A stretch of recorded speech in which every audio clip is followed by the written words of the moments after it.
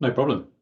Thanks for having me. So yeah, as Simon said, I may not be able to see the chat while I'm talking, but Simon just interrupt me. But if there are clarification questions or other questions, just stop me and get me to explain properly. So content is slightly more constructive than just why the current approach won't work. There is a sort of discussion about what an alternative might be. I'm just going to start with just a quick intro to Living Places. We're very new. We're in our 8th month now, not for profit, bringing a range of different backgrounds together, all focused around place-based models, typically working with the public sector, and also looking for a team that are quite experienced, because this stuff's really difficult and no one knows the answers. So we need some years of experience to apply to it. Very quickly, our mission is all about transition of neighbourhoods through improving homes, but not just improving homes. And as I said, a real focus on a place-based approach, community-focused, people-focused, and thinking about just transition rather than just a net zero transition. So sort of 3 slides to start with to kind of summarize, and then I'll go into why I think a place-by-place approach, particularly around funding, just can't scale. So what is the challenge? We know the technology that has to be applied around heat, around energy efficiency, around renewable generation, microgeneration. That's not the problem, really. The problem are the non-technical barriers, so around engagement, governance, funding, etc. We know there's a ton of other benefits to doing this other than just carbon reduction, and was reminded of that cartoon about, what if it's a hoax and all we do is create a much better world to live in. There's a risk of negative unintentional consequences, particularly potentially regressive impact on more vulnerable parts of society.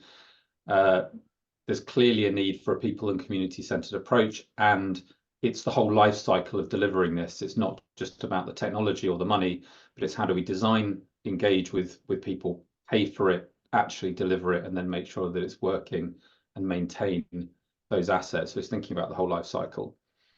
The goals, I think the key challenge in this is around the community engagement piece. I don't think this is actually a funding problem if you get the finance piece right. It's how do you convince people to have their lives disrupted for this to happen. Some components of that we think are you have to move away from an individual debt or upfront funding requirement, because that just takes out too much of the market. We've got to ensure there's a financial incentive that people are going to be better off after going through this. No one votes to be poorer, and we've got to make it easier, less complex. As I mentioned, just transition. This should be spread. And then how can we do this in a way that is as cheap as possible for UK PLC? And within that, how can we put as much funding requirement onto the private sector as we can away from the taxpayer? And while we're at it, why don't we maximize the value that we create across all aspects of the various outcomes of doing this? We have a proposed solution, sometimes called net zero neighbourhoods. I think that's sometimes overly aligned with a kind of a very specific funding model. Really, what we mean by net zero neighbourhood is doing this on an area basis, so looking at a large number of proximate homes at the same time. While that's likely to be residential led, it's has to be multi-tenure and multi-use, because that's what neighbourhoods actually look like in real life. Not just thinking about a single intervention, but thinking about a holistic approach to reduce carbon across not just the built environment, but thinking about other interrelated systems. How can we make this regenerative rather than extractive? How do we bring in expertise to ensure that we're not having to make 28 million householders heat pump experts, this option of the collective funding model, which I'll come back to, and making it non-extractive. So that's kind of the frame setting, what I'm going to talk about. Just going to go through the economics of retrofit. You can't look at a solution unless you understand the problem you're looking at, why we think a place-based approach can tackle some of the challenges of those economics, what it actually is, and how do we do that, if that is the answer. So I'm going to start with the economic analysis. So we have simplistically 3 buckets of cost that we need to throw at buildings: making them more energy efficient, switching the heat source away from fossil fuel, and ideally adding some local on-site generation and electricity storage. We're modelling, for what it's worth, because I think it's very hard to get any sense of confidence in what the average numbers are for the sort of mythical average UK home. But for what it's worth, we've been modelling 20,000 for fabric and control systems and windows and doors, 15,000 for the heat solution, and 10 for solar and battery, round rough numbers. When you do that, you make a reduction in the energy bill. And if you take a net present value of the next 20, 30, 40, 50, 100 years of that saving, that has a value in sort of current terms, which is quite significant, but it's less, we think, than the cost of doing it. So immediately you can see part of the challenge, that the return is smaller than the investment. But there are these other outcomes. So we're talking about the built environment clearly has a massive impact on people's healthcare outcomes, and therefore on the costs as society of those poor healthcare outcomes, whether that is treatment costs in the NHS, or it's reduced productivity, reduced economic activity. There are a whole bunch of these broader social and environmental outcomes. I was talking to someone recently who had been looking, I think it was up in the north of Scotland, at a retrofit program that was done 4 or 5 years ago. And one of the interesting outcomes was that policing costs in that community had dropped dramatically. And it was, a particularly challenged and deprived area. So there's a really wide range of value that can accrue from doing this. So that's the cost, that's the value that we're creating. And then we have the funding to pay for it. And, there is an argument one could make that given there is a societal return, society should pay for this. We should raise a massive green gilt and just pay for it and get it done. Clearly, I'm not that naive, and that's not going to happen. But there is a case, I think, to be made for that. Let's look at this from the current approach then, which is that effectively we're planning at the moment to use various policy levers. What you can and can't do when you sell a house, maybe tiered stamp duty, maybe rules around boiler replacement, all those kind of policy levers to create a stick. And we're using various subsidy carrots, like the boiler upgrade grant of 7,500, to nudge the market so that people will go, I need to do this, and they'll go through the whole process and pay for it. That hasn't worked broadly in any country in the world, and we are still banging our head against the wall of thinking it's going to work here, and I don't believe it will. And I want to illustrate why, or one of the reasons why, outside of kind of complexity and all the other stuff. This model was done prior to the very recent reduction of the off-gen price cap by 200-300 quid. So actually it will look worse now than it does here, because the numbers have gone down and the potential to save money has gone down. But that caveat aside, average gas electricity bill plus an annual fee to maintain your gas boiler is just over £2,000. Slightly lower now. If you look at those 3 components that we talked about in terms of spending on the property, we're modelling in just over a 50% reduction in thermal heat demand from that 20 grand. Discuss whether that's achievable or not on average, but for what it's worth, that's in the model. not taking into account any kind of inflation, required return, the need to replace assets, or anything, just a simple divide the saving on the energy bill by the cost to achieve it, you're talking about something like a 40-year payback. Not enormously attractive. Obviously, there is a hugely wide range of that, depending on the typology, the type of whether you have to do IWI or EWI, what kind of fabric measures you have to take. There's a wide range, but that's our best guess at an average. I've been generous here on the heat pump because you could argue it actually increases the bill, but I'm assuming we're taking someone off gas entirely, so they're also avoiding the standing charge. You get a very minor saving on that basis, but you're talking, a payback in excess of life expectancy, which isn't generally seen as very attractive. And then you've got the solar bit, which is the smallest component of the cost, but is the biggest reduction in the energy bill, depending on how much self-consumption effectively you can drive, and has a much more attractive payback.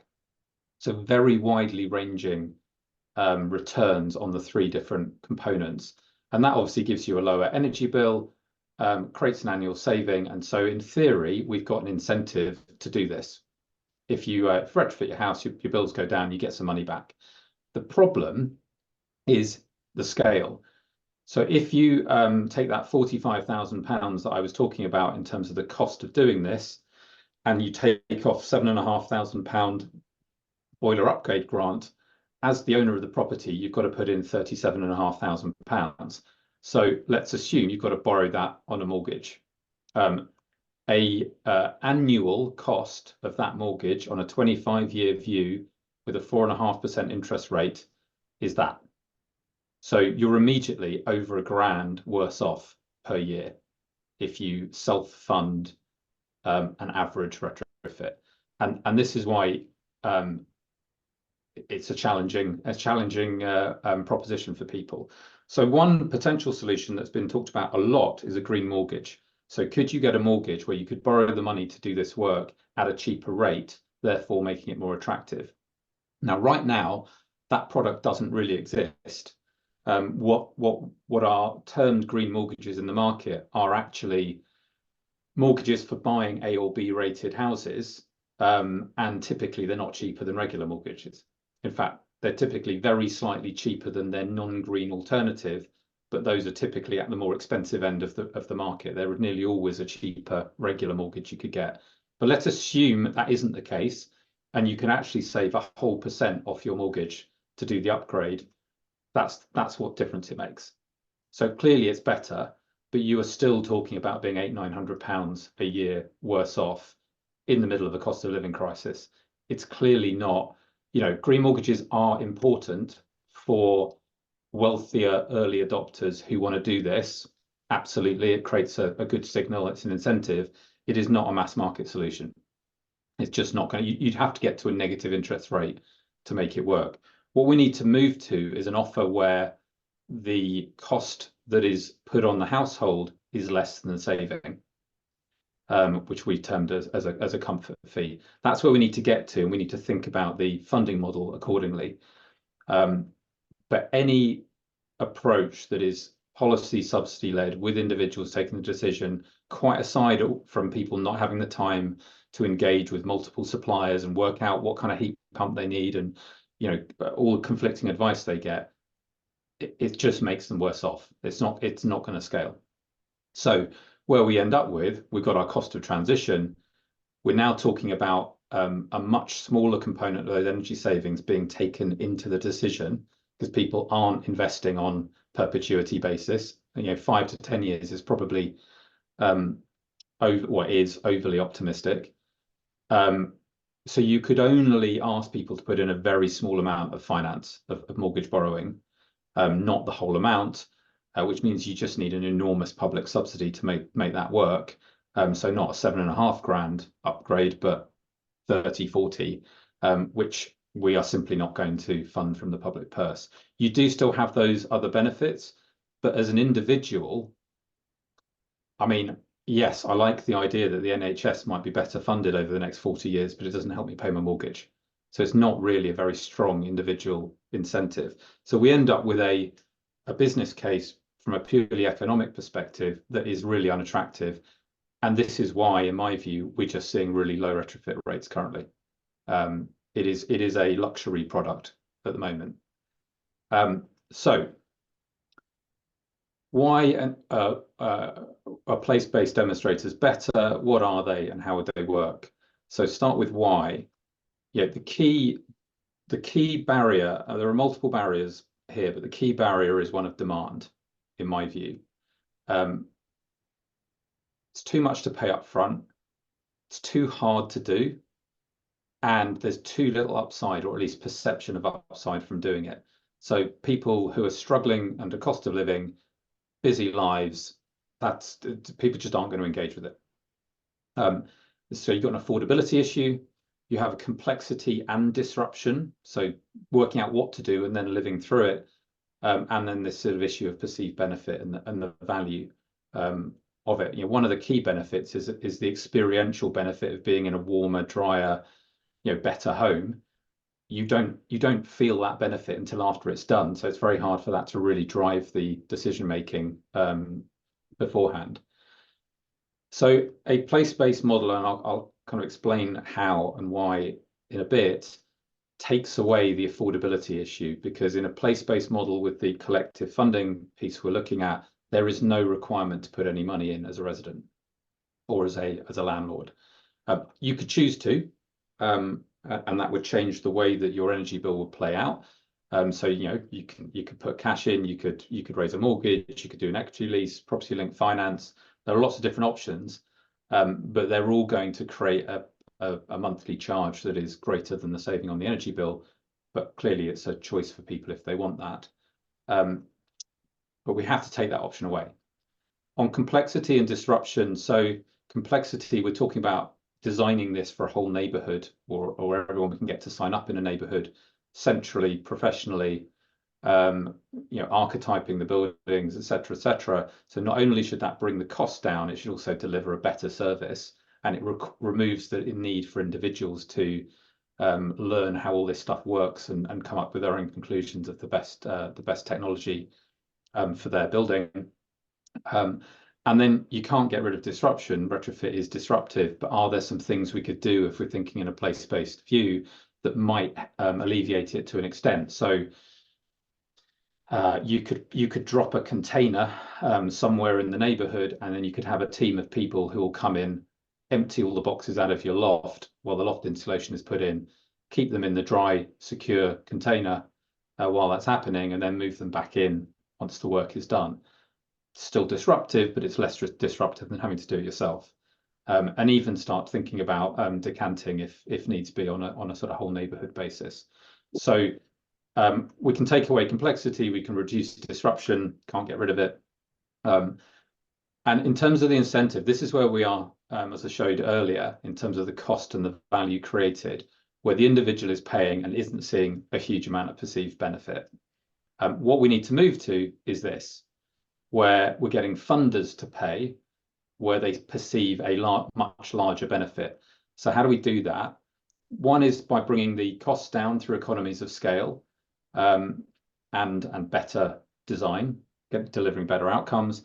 But also, if you're thinking about a neighbourhood, are there other measures you could add in partnership with the community that live there, not focused on the individual buildings, but which collectively you could say add up to regeneration, but create a collective incentive in terms of these community outcomes for residents. So what do I mean by that? I mean, to be honest, whatever the community want within reason, but it could be green infrastructure deployment, it could be EV charging, it could be storage for bikes, it could be community centre, what makes it painful to live in that place, and what could we do to help alleviate that? We're talking about funders. So the regeneration would increase the social and environmental outcomes. That spend in the places between the buildings is going to drive extra value. And based on the kind of funders we would bring in, which I'll come on to in a moment, they will value those outcomes more than the individual householder. Oh, sorry. And then because we are bringing in long-term capital, that saving on the energy bill can be driving capital raising for a much longer period of time than just the short period of time that most individuals will think about. So to summarize, for owners and residents, we're talking about no upfront cost, but lower energy bills. So clear financially better. Obviously improved comfort and a healthier home. But also this point about agency, being able to take some agency in regeneration investment into your neighbourhood. And there are some potentially really interesting community wealth generating models that could sit in the financial structure, which again, I'll come back to. So creating some more financial independence for neighbourhoods. From a government perspective, by doing this at scale, having economies of scale, you reduce the overall cost, which is clearly a good thing. By creating an aggregated funding structure, you can maximize how much private capital you can bring in, an outcome capital. I'll define that in a moment, and therefore just reduce the cost to the taxpayer. Challenge here is, I think this reduces the cost to the taxpayer from what the cost to the taxpayer is actually going to be. I don't think any government perceives that that is the cost they're going to pay. So, you know, the reality is that the cost of net zero just hasn't been accepted, I think, by the political class currently. And three, it creates a model to actually take some agency and drive it forward and get it done, and deliver other public sector priorities like employment, healthcare outcomes at the same time. So what am I actually talking about? So this is where the slides get complicated and there's lots of boxes, and I'll try and take it slow, but stop me if something I say doesn't make sense. So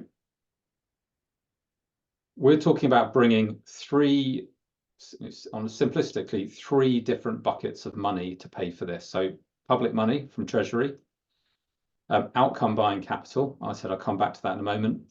And then long-term institutional return-seeking finance. What do I mean by that? Pension funds, essentially. There's 2.5 trillion sitting in UK pension funds currently. So there's lots of money. It wants super long-dated returns because its liability to pay us all our pensions are super long-term. It's also quite motivated by having an impact. So it's a very good fit for the actual structure of what we're trying to do. So we put that money into a funding vehicle. And then we pay for those building investments for as many households as we can convince to sign up in a single neighbourhood. We can talk a bit about scale and what that might look like, if you like, later. In addition, we're funding those co-designed place investments. So whatever that is that drives that community or that mixture of communities to want to sign up and creates extra incentive for people to sign up. We're then capturing part of the energy saving in a property linked contract, no debt either on the individual or the property. Legally, this is called a periodic payment obligation, which sounds complicated, but a very common example of a periodic payment obligation is council tax. So you don't take on a liability or a debt when you own a house or live in a house, but you do have to pay it. So it's the same legal basis. And actually, the Green New Deal, despite not working a decade or so ago, does have the legislation that's still live on the statute book to be able to do that through the utility bill. We're also then measuring those other outcomes like job creation, like, for example, referrals through the local GP for respiratory illnesses to measure those other outcomes and see the broader impact that we're having. And those two combined are creating effectively an income stream. So you're borrowing money, you're investing that money, and you're creating an income stream. So it's very much like any kind of investment fund from that perspective. So Rufus, but how from a pension fund perspective, how do they get a return? How do they see a return on the co-benefit value? They don't see a financial return. Their financial return, I'll come on to, is essentially the energy saving. But that the pension fund, it's not their money, right? It's our money. They are managing on our behalf, and there is increasing pressure both from regulators but also from pension holders that money is invested in a in a positive way. Sure. Yeah. Yeah. So a very simple level, don't buy oil companies, buy good companies. But this kind of direct impact into society and benefit the community is a great thing for them. So they don't benefit from it financially, but it may help them win market share, and it gives them a great marketing narrative to talk about the jobs they've created or helped create on our behalf for us. Because they're almost having you're using the climate argument for those guys as opposed to the householders then. So in terms of okay. Exactly, and it's not just the climate argument. It's also the broader kind of society impact. There's a lot of good stuff that if we can reinvent the built environment, lots of stuff gets better. It's a good thing all around. So to look at those three pots of funding, for the public funding, I think part of the challenge over the last 5-10 years, you look at the narrative between various agencies and Treasury and bits of the government, is that it's seen as a cost of net zero, quote unquote. But actually, if we can turn that argument around and reframe it as a cost-effective way to invest taxpayers' money to deliver taxpayer priority, by creating jobs, by improving healthcare, by driving economic growth, by improving productivity. And the UK has had a decades-long productivity issue. Now, I would argue people being sick in their homes because of damp and mold is one contributor to that productivity issue. And plus, this work generates tax revenue for Treasury. So some of that public funding actually recycles straight back through the tax system. Now there is a mechanism to do this, what's called the Green Book. Nothing to do with environmental. It's the set of rules for how you build a public sector investment case. And so there are rules about how you value every job created, all these other benefits. So there is a process to do this, but we need to make a better argument around what those benefits are, and the value of them. Outcome buying capital is then where you have an organization that has commercial and/or philanthropic goals that align with something that will happen in this. So, give you an example. If you are a mortgage company that is lending to a portion of that neighbourhood, the EPC profiles of your customers will be improved.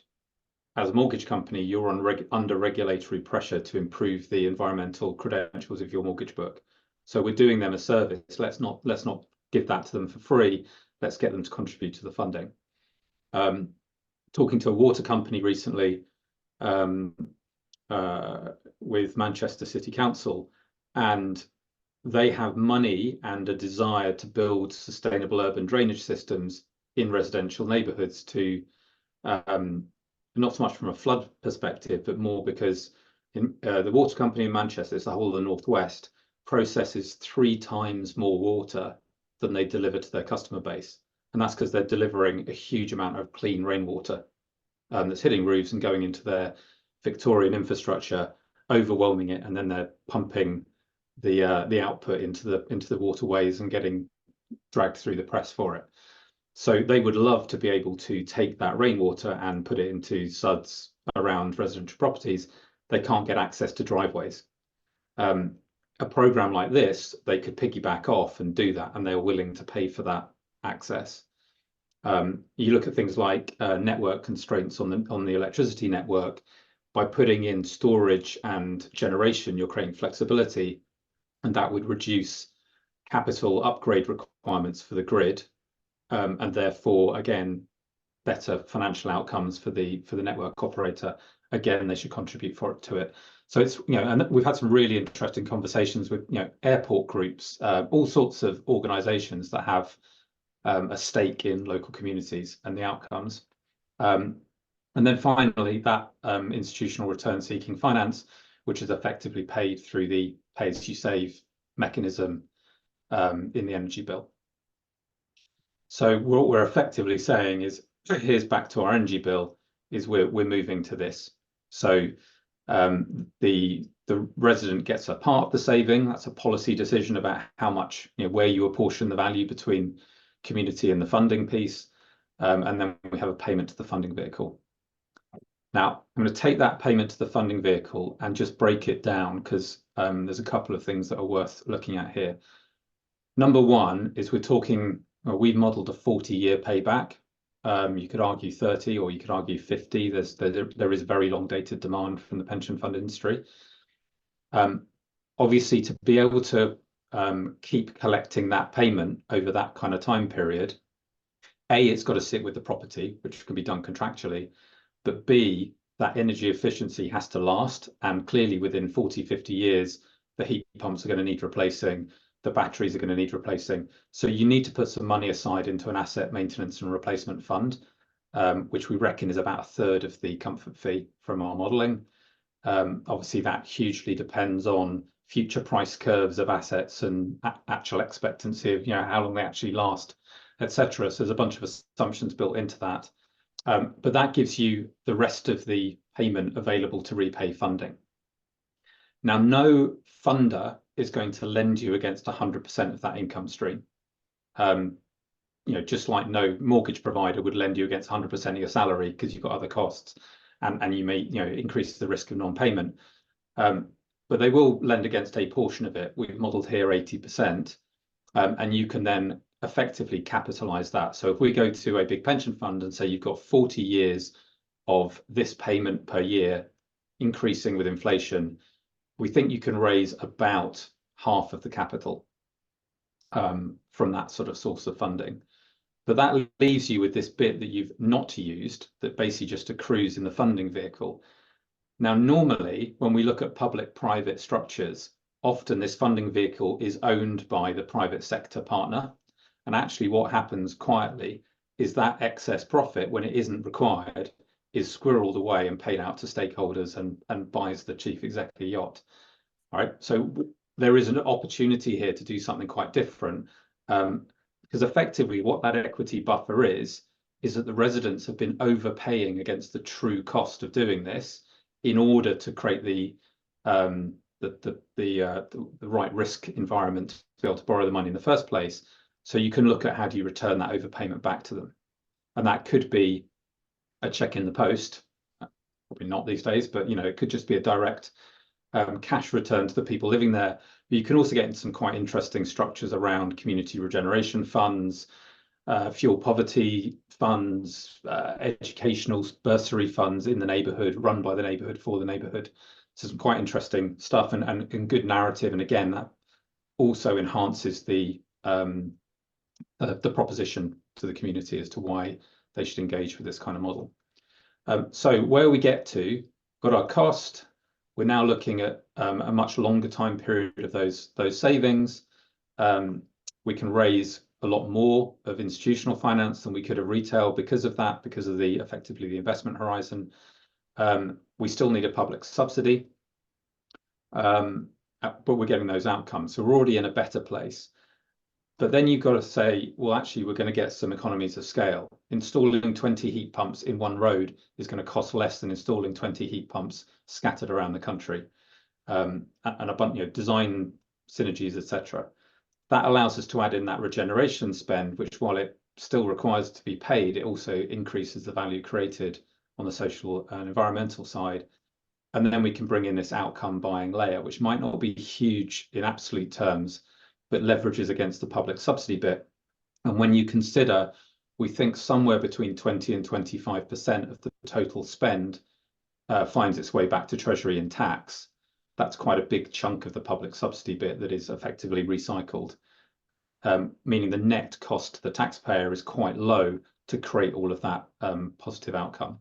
So we think there really is a good case to be made for the public sector investment case. So pause for breath. How do we actually do that? Because it's obviously quite complex. in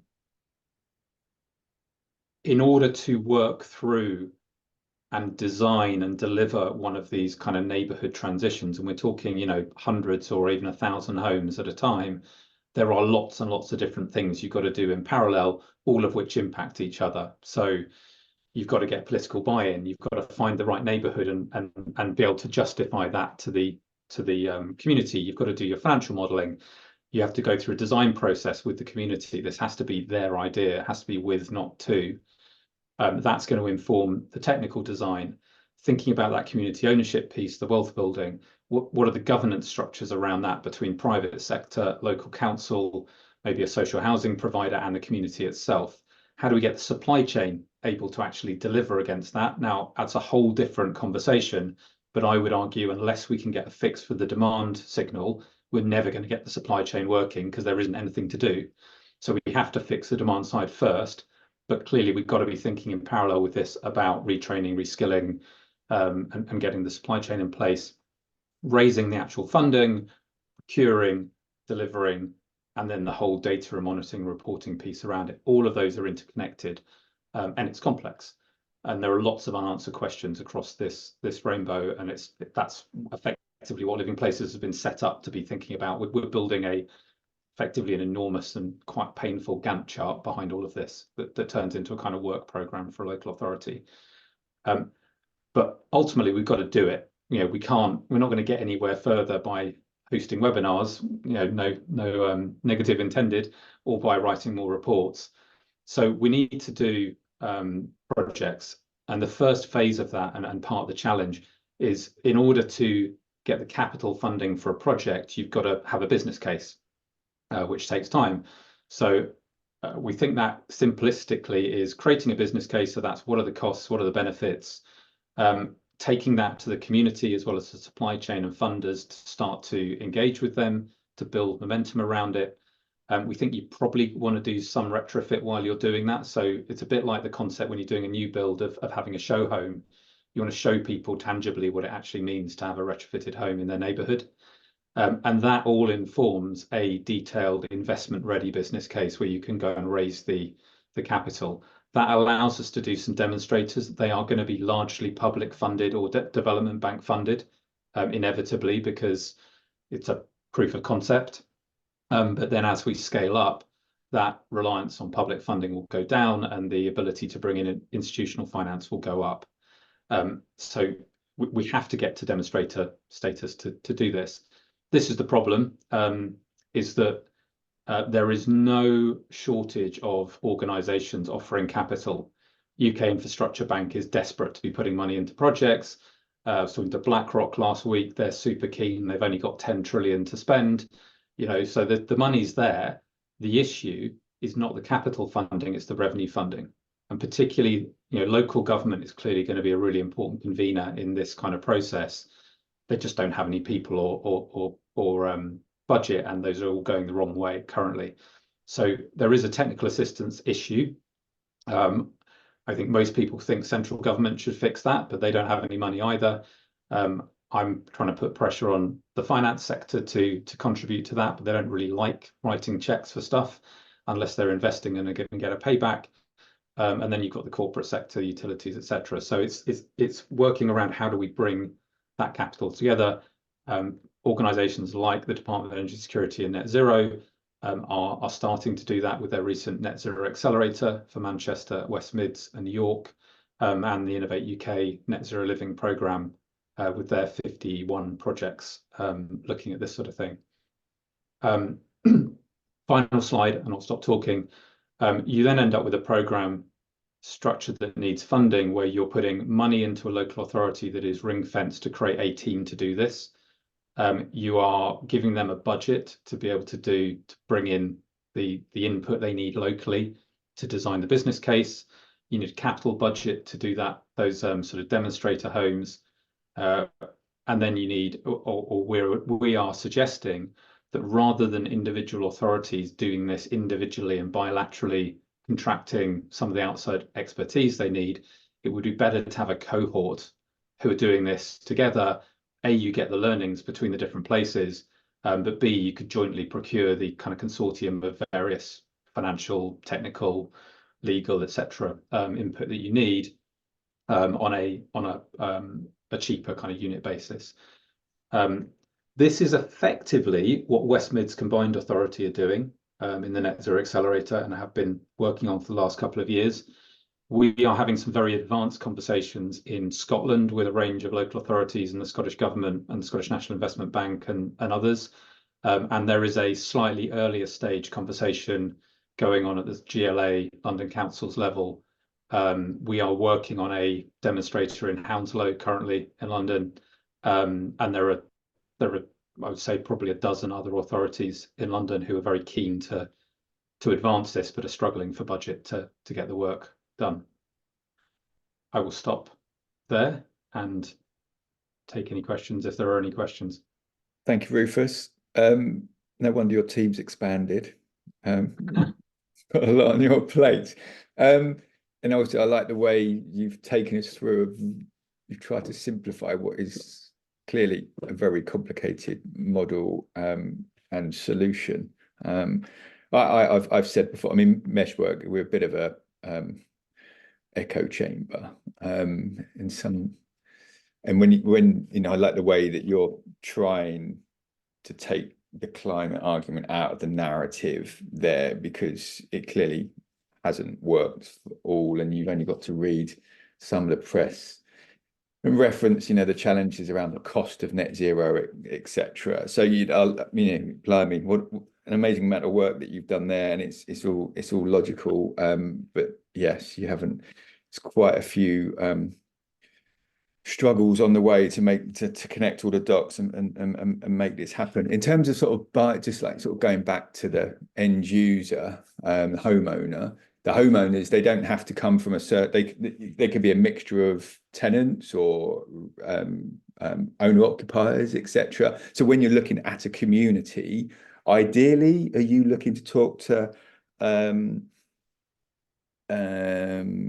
RSLs, or what's the easy to get these demonstrators up and running? What's there's no such thing as a quick win here, I can see, but what would be the quicker way? Yeah. Good question.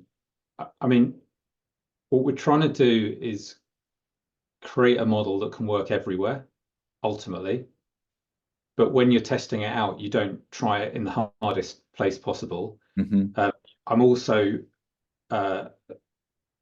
constantly keep in the back of my head, there's someone introduced this to me only quite recently. I hadn't heard of it before. There's something called Gall's law, Gall, which I'd never heard of, but is the law is that if you find a successful complex system that's working, the rule is it didn't start as a complex system. It started as a simple system and evolved to become complex. And the flip side of that is any complex system you try to introduce is doomed to fail, however theoretically right it is. So we're sort of thinking about, we have to be able to present what this can become, but we also got to find sort of simpler initial models to roll out. So yes, theoretically it works multi-tenure, multi-use as well. You know, a small commercial 3 lawyers in a first floor office is the same as an apartment broadly from an energy system perspective. But I think if you're looking for ideal initial demonstrators that make it easier, you would look for a significant anchor tenant. So, for example, an RSL, where you've got, you know, a big chunk. So we're looking at one place in the south of Manchester where 2/3 of the properties it was a 2,700 home sort of red line neighbourhood. 2/3 of it was one RSL. So immediately, because you're obviously not going to do every house. No, there will always be refuseniks, but you just need a critical mass. So that would help. That neighbourhood is also good because the vast majority of the homes are one archetype, semi-detached, mid-war garden neighbourhood. There's a little bit of new build peppered in here and there, but most of the non-social housing ones are right to buy that are either still owner occupied or have gone to the rental sector. So that makes it a bit easier. I think you want an engaged local authority, which often means a relatively wealthier local authority. You've got the privilege to be engaged. And ideally, I would say two other things I would point out that would make a good demonstrator. One, a pre-existing engaged community group. So, we've been talking to groups in Edinburgh, for example, who are already trying to plan this out themselves. So you're pushing slightly against an open door. And then the second thing, I think this is about winning hearts and minds. It's a kind of almost an emotional sell. And clearly any demonstrators we do, if they're successful, become exemplars. And so one thing I would look for is the ability to make a place better, which is a very loosely defined thing. But if the houses are tired and a bit ugly, and through re-rendering or external wall insulation, you could just make the place look smarter. Or if it's a bit of a concrete wasteland and there's an opportunity to replant and make it greener so that it just feels like a better place to be. That's a positive outcome here, is that you've got a community that are prouder of where they live and are healthier and lower cost and all the rest of it, because it's that kind of word of mouth over the garden fence type conversation that's going to create a wave. But yeah, let's not do somewhere that is every single archetype in the UK and the most deprived and that's we'll get there maybe one day, but not quite yet. No, sure. No, I like the way you sort of, it's almost like trying to get the locals to do your job, well, obviously do your job for you, and the whole the element of gamification and getting them to buy in and feel guilty that these refuseniks may change their minds eventually if they can see everyone else getting involved. I mean, that rainbow that you described, I mean, I won't go into questioning about where the certain challenges, because there's just challenges everywhere. Tessa or Mike, did you want to come off mute? I know you've asked a question there. Or I can read it out, or Rufus can read it even. I am reading it right now. Yeah. So is there a disconnect between community structures that may cover 100 homes and the thousands that you suggest make this viable? It's a really good question, and it's something we have spent quite a lot of time pondering and moving back and forth on. I think we're trying to marry two very different scales in one structure here. So if we're going to go and talk to BlackRock with their 10 trillion, you can't ask them if they'd fund, the £37,000 retrofit at number 26, because it's just too small. So you've got to get up to a kind of minimum size. People typically talk about, 50 million ticket size for a pension fund is as low as you can go. So what does that mean? 50 million is about 1,000 homes, but we're talking about only half of the funding being viable for the private sector. So you're then talking about 2,000 homes to create a £100 million project with a 50 million private capital raise. Fine, but we can get around that problem by creating the difference between a demonstrator and a program. So I talked about the place in Manchester, which was 2,700 homes. Let's say we could convince 1,000 homes in that area to sign up. So that's a £50 million project. It's not really big enough from an investor perspective, but we can then talk about a wave two. So if you look at a program like Broadband for the Rural North, where they basically try and get pre-bought demand in villages where it's not viable to deliver broadband, they get typically 50-60% sign up.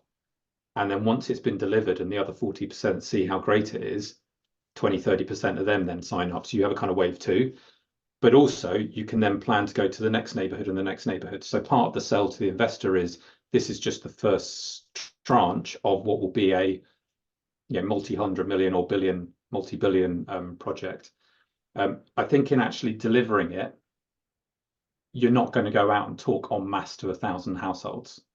So looking at the topography of a place, looking at the existing community structures, some of which will be geographical, like a street that has a WhatsApp group, some of which might be faith-based, or the young parents in a neighborhood who talk to, it's working out that kind of social structure and engaging with it, and it's going to need to be done at multiple levels to do that.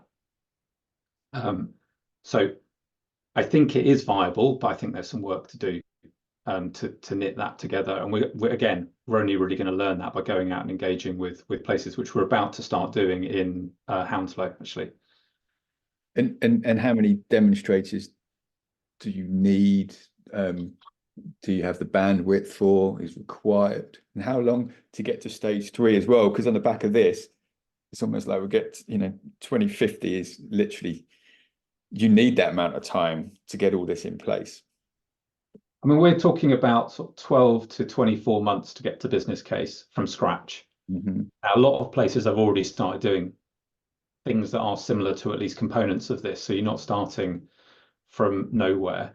I think we're going to need to iterate it multiple times, and ideally you have several happening concurrently so they can be learning from each other.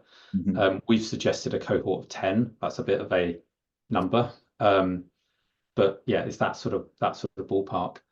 I'm just reading the studio. I mean, it's another sort of barrier there, really. Around, I mean, ultimately, it's around just getting a buy-in from planning authorities and having a relaxation, because this is another, addressing it at scale. That just goes to show all the different, yeah, all the stakeholder, but all the interested parties that have a view and may well be siloed.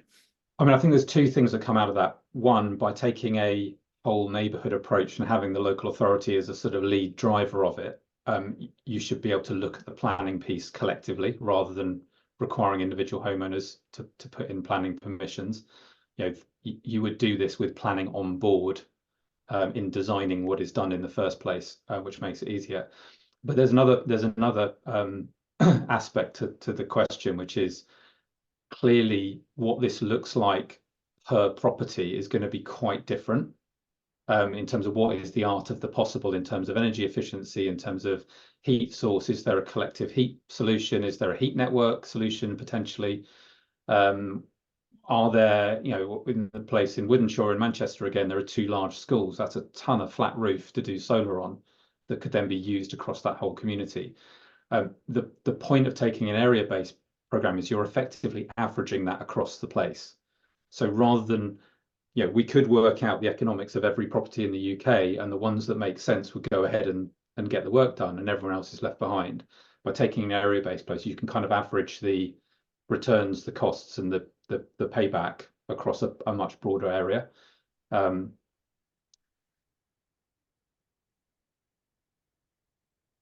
Yeah, Tessa or Mike, I'm not sure which one of you it is, or maybe it's both.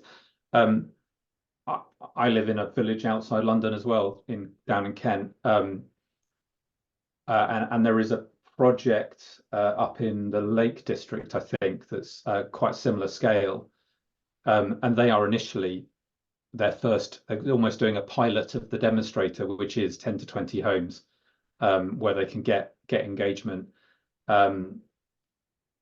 You can do the kind of village hall type conversation and try and reach a wider market, but it is difficult, and this is one of the reasons you need the revenue funding, because doing the engagement work takes people, and there's cost that needs to be spent in doing that. In Hounslow, we're taking an approach of creating a budget to actually effectively recruit people from the community itself, to be, obviously, it's people who are engaged with it, but not expecting them to donate their time for free, but actually paying them to do that. But you need a budget, essentially. I mean, one slight tangent question or comment on that, thinking from a village perspective, people often assume this sort of stuff works much better in sort of higher density places. But if you look at the financial model, it's the generation bit that really drives the return.